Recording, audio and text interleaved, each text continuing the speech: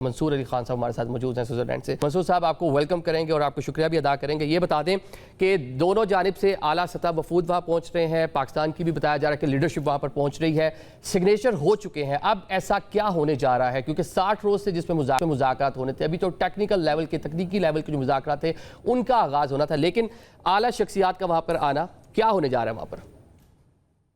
जी, बहुत शुक्रिया आदिल। देखिए, मैं बिल्कुल आपको कह सकता हूँ कि पिछले 12 घंटे के अंदर एकदम सिचुएशन जो है वो चेंज हुई है। हम पाकिस्तानी सहाफ़ी जो यहाँ पे मौजूद थे, हम अपने सामान वगैरह पैक कर चुके थे, वापसी की तैयारी जो है वो शुरू हो चुकी थी और लोगों ने अपनी फ्लाइट्स जो है वो बुक करवा ली थी, उनको पीछे कर दिया था कि जनाब बस यहाँ से तो खत्म हो गया, सब चल रहे हैं। लेकिन उसके बाद रातों रात, खास तौर पे जब मोहसिन नकवी ईरान गए, तो उसके बाद जो है एकदम सिचुएशन चेंज हुई। अब इसमें 2-3 एस्पेक्ट्स आ रहे हैं। एक तो ये कि आपने हुर्मुज़ के ऊपर जो एकदम टेंशन जो है वो दोबारा हुई और ये खबरें आई कि जनाब ईरान ने जो है आपने हुर्मुज़ को दोबारा बंद कर दिया है और लबनान के ऊपर चूंकि इजरायली हमले हुए थे, उसके रिएक्शन के अंदर जो है वो ईरान ने ये सब कुछ किया। तो मोहसिन नकवी जो है वो एकदम ईरान गए और उसके बाद यहाँ से हमें खबरें मौसूल होना शुरू हुई कि जो सिक्योरिटी एक्चुअली खत्म कर दी गई थी, जिन्हें डिस्पोज ऑफ कर दिया गया था, वो सिक्योरिटी दोबारा बीफ अप करना जो है वो शुरू कर दी गई है। अब इस मौके के ऊपर हमें पहले फीलर्स आए कि कुछ ना कुछ यहाँ पे होने जा रहा है। फिर मैंने राब्ता किया मोहसिन नकवी साहब से और मैंने उनसे पूछा कि जी यहाँ पे क्या हो रहा है, क्या कोई तब्दीली होने जा रही है, क्योंकि हम तो फिर वापसी का रास्ता इख्तियार कर रहे हैं, क्योंकि पिछले 3-4 दिन से पाकिस्तानी जर्नलिस्ट यहाँ पे हैं, तो क्या कहेंगे आप? तो उन्होंने मुझे एक छोटा सा मैसेज भेजा, उन्होंने कहा डोंट लीव, मतलब यानी कि स्विट्जरलैंड से अभी मत जाइएगा। अब ये पहला इंडिकेशन था बाकायदा तौर पे कि जनाब यहाँ पे कुछ होने जा रहा है। तो फिर हमें यह पता लगा कि जनाब अब्बास इराक़ची को जो है उन्होंने कन्विंस कर लिया है, अब्बास इराक़ची भी जो है अब यहाँ पर आएंगे। जेडी वेंस के हवाले से ये खबर आई कि जनाब वो भी आएंगे और इसके साथ साथ वज़ीर आज़म शहबाज शरीफ के हवाले से भी अब मैं थोड़ी देर पहले मेरी पीएम हाउस के चंद ज़राए से मेरी बात हुई, तो उन्होंने अपना वो स्टाफ जो जा चुका हुआ था, चूंकि सैटरडे संडे है, वीकेंड है, तो ज्यादातर पीएम हाउस का जो स्टाफ है जिनका ताल्लुक लाहौर से होता है वो भी लाहौर जा चुके थे, उनको भी अब वापस बुला लिया गया है कि जनाब इस्लामाबाद वापस आइए क्योंकि रवानगी की तैयारियां जो है वो शुरू की जाएं।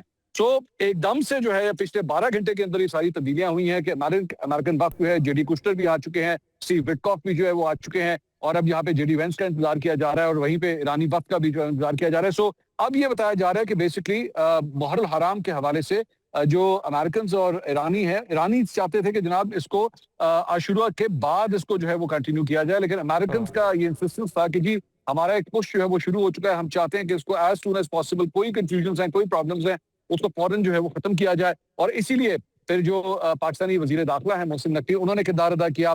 हमारी इतलात के मुताबिक फील्ड मार्शल आसिम मुनीर ने अपना किरदार किया और साथ ही साथ वजीर आजम शहबाज शरीफ ने अपना रोल अदा किया, जिसकी वजह से एकदम ये एक्टिवेशन जो है वो दोबारा हुई और यहाँ पे पूरी तरह तैयारियां हैं कि वजीर आजम शहबाज शरीफ जो है वो कब यहाँ पे लैंड करेंगे, क्योंकि बाकी वफूद जो है उनके आने का सिलसिला तो शुरू हो चुका है। ठीक है, मतलब जस्ट लाइक इसी तरह जिस तरह ट्रंप ने जो खातून एक जर्नलिस्ट इस्लामाबाद में मौजूद थी उनको कहा था कि रुके अभी बहुत कुछ बड़ा होने वाला है, नकवी साहब ने आपको बताया कि बड़ा होने वाला है, अभी आप वहीं पे रुके, स्टे करें।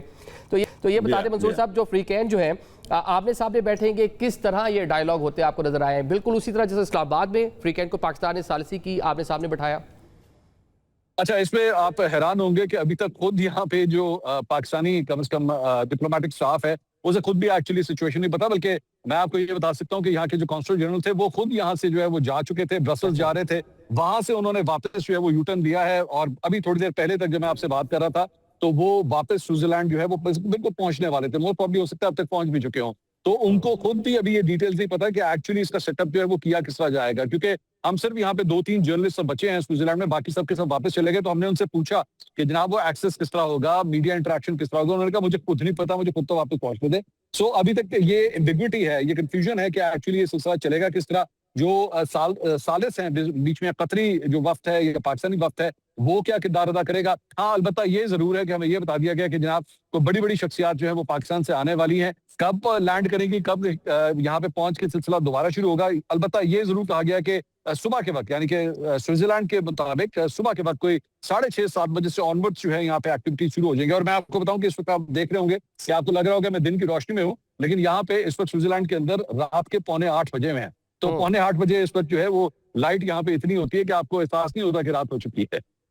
चले होप्स हो कि जो मुज़ाकरात है वो भी इसी तरह चले, रोशनी देखने को मिले पूरे मिडल ईस्ट को और यहाँ पे अमन वाला मामला हो सके। मंसूर साहब, जो डेलीगेशन जो है उसकी कंपोजिशन, आप इसको पाकिस्तान में बैठ के आप डेफिनेटली इसमें तबसरा भी कर रहे थे, प्रोग्राम्स भी कर रहे थे, आपने बड़ा अकीनली इस पूरी चीज़ को देखा। अब जो दोनों साइड से बैठेंगी तो क्या लगता है कब तक ये, आपका एनालिसिस क्या है, कब तक ये पूरा एक प्रॉपर एग्रीमेंट होता नजर आता है? ऑल दो 58 डेज अभी बाकी हैं। देखिए आदिल, मेरे ख्याल में ये एक ऐसा सिलसिला है जिसमें कुछ भी प्रिडिक्ट करना जो है वो मेरे ख्याल में कोई भी नहीं कर सकता। मेरे ख्याल में सबसे हाईएस्ट टॉप ऑफिशियल्स भी जो अगर टेबल पे भी बैठे होंगे तो वो भी प्रिडिक्ट नहीं कर सकते कि मामला कहाँ पे जाके फंस जाएगा। मतलब कोई एक्सपेक्ट नहीं कर रहा था कि जब सिग्नेचर्स हो गए थे, सब कुछ जो इस्लामाबाद मुआहदा है उसके ऊपर साइन हो गए थे, तो उसके बाद कोई प्रॉब्लम्स आनी नहीं चाहिए थी। लेकिन आप देखिए कि सिर्फ 48 से 72 घंटे के अंदर अंदर जो है वो मामला भी जो है दोबारा फंस गया। आपने हुर्मुज़ जो है वो बंद करने की इत्तलात मौसूल होना शुरू हो। सो इसलिए टाइम ड्यूरेशन को प्रिडिक्ट करना बहुत डिफिकल्ट काम है। हम तो यही चाहेंगे कि बस 24 से 48 घंटे के अंदर अंदर चीजें हो जाए, लेकिन ऑब्वियसली एक बड़ा स्लो प्रोसेस है, बड़ा सेंसिटिव मामला है। इसमें जल्दबाजी नहीं की जा सकती। इसमें बहुत से फरीक इन्वॉल्व हैं। इसमें कतर के वक्त भी जो है वो शामिल है, पाकिस्तानी वक्त शामिल है, ईरानियन शामिल हैं, अमेरिकन शामिल हैं। सो सबको एक्चुअली एक पेज पे लाना जो है एक बड़ा मुश्किल काम है, और मुझे लगता है कि ये टाइम तो लेगा डेफिनेटली। ठीक है, कतरी सालिस भी मौजूद होंगे। पाकिस्तान डेफिनेटली पूरी जो सालसी अमल है इसको लीड करता नजर आता है, तो पाकिस्तान भी वहाँ पर मौजूद होगा। ये आपने बता दिया कि अभी गैर यकीनी खासी नजर आ रही है। जब आपने मुकामी वहाँ जो लोग हैं, मुकामी जो वहाँ पे मीडिया है, यूरोपियन मीडिया, अमेरिकन मीडिया वहाँ पर आया हुआ था, उनको क्या तवक्कुआत थी और एक पाकिस्तान के रोल को लेकर वहाँ पे क्या आपने सुना कि पाकिस्तान इस पूरे मुश्किल टाइम में, ऑल दो बहुत सारे स्पॉयलर्स इसको तबाह करने में लगे रहे हैं, इस पीस जो प्रोसेस पाकिस्तान की कोशिशों से हो रहा था, तो दुनिया किस तरह पाकिस्तान को एडमायर करती है आपको वहाँ नजर आई? मैं बड़ी हैरानकुन आपको बात बताऊंगा कि यहाँ पे जो लोकल पॉपुलेशन है वो कभी सोच नहीं सकती थी कि पाकिस्तानी मीडिया की इतनी कवरेज यहाँ पे होगी, इतने जर्नलिस्ट यहाँ पे आएंगे और पाकिस्तान का नाम जो है वो इतना ज्यादा लिया जाना शुरू हो जाएगा।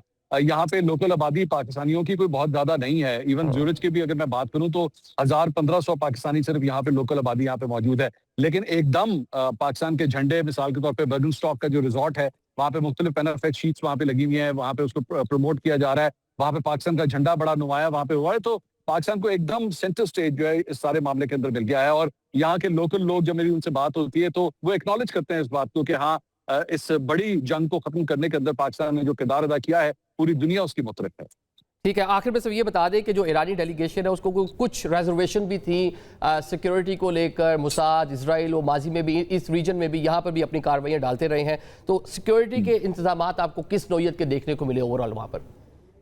देखिए, यहाँ पे जो बर्गनस्टॉक का जो एरिया है, पहली बात तो ये बिल्कुल एक अलग थलग किस्म की जगह है। मतलब ये किसी शहरी आबादी के अंदर मौजूद नहीं है। ये जो करीब तरीन शहर है ये उससे भी आप बाहर निकल जाएं। अगर फॉर एग्जांपल अगर मैं आपको कहूँ कि आप इस्लामाबाद के अंदर हैं, तो आपको अगर बर्गनस्टॉक जाना होगा तो आपको इस्लामाबाद से कम शहर की हदूद से बाहर कोई आधे घंटे का सफर करके फिर बाहर निकलना होगा। तो बिल्कुल एक अलग थलग बड़ा अच्छा मुकाम है, सिक्योरिटी पॉइंट ऑफ व्यू से संभालने के वाले से बहुत अच्छा है।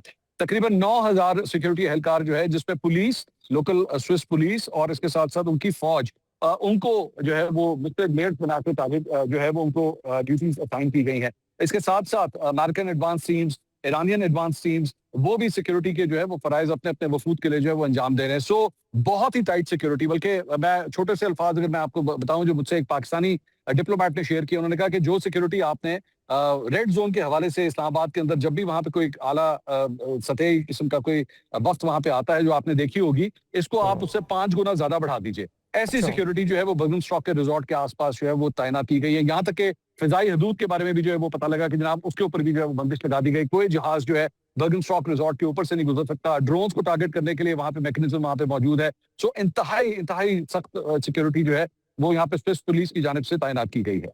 चले, बहुत शुक्रिया मंसूर साहब, अपना बहुत सा ख्याल रखिएगा। होप्स हो कि वहाँ पे एक प्रॉपर जो है चीज़ें आगे बढ़े पाकिस्तान की सालसी के अंदर। Thank you so much.